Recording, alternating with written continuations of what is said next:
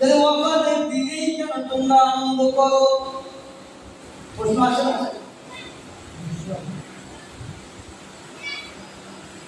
দয়ার নবী যেদিনে আগমন করেছিলেন 12 রবিউল আউয়াল, এই 12 রবিউল আউয়ালে পর্দা নেই।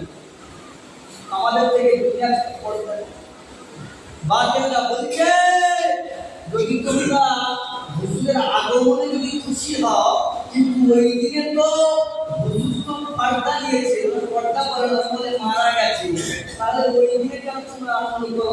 মৃত্যুবার্ষিকী আনন্দ করে। আমরা তো করি না, কারণ মৃত্যুবার্ষিকী করি নাকি? আমরা সব সাথে ও তোমারা যুবকেরা, ছেলেরা, ও আমার মায়েরা, মুরব্বীরা, যারা নবীকে মোলা ভাবে তারাই বলে বিশ্ব নবী জীবন করা যাবে না। আমরা আহলে সুন্নাতুল জামাত, আমরা আমার নবীকে মোলা ভাবি না, আমরা আমার নবীকে হায়াতুন নবী বলে মনে করি। বাবারা বাবারা বাবারা বাবারা, এগুলো মাজার হাদিস, বুখারী শরীফের একটা হাদিস আপনাদের শুনিয়ে দিয়ে যাই, ঠিক আছে? এসেছে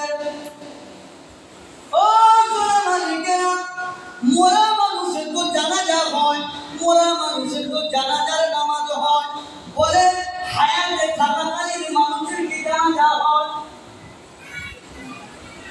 পৃথিবীর যত আলেম আছে আমার নবী জানাজা হয়েছিল না হয়নি? বলে কে বলেছে?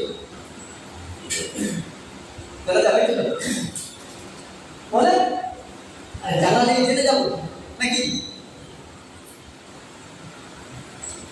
বাবারা তোমারা যুবকেরা, আমার দয়াল নবী নূর নবী জানাজার নামাজ হয়নি।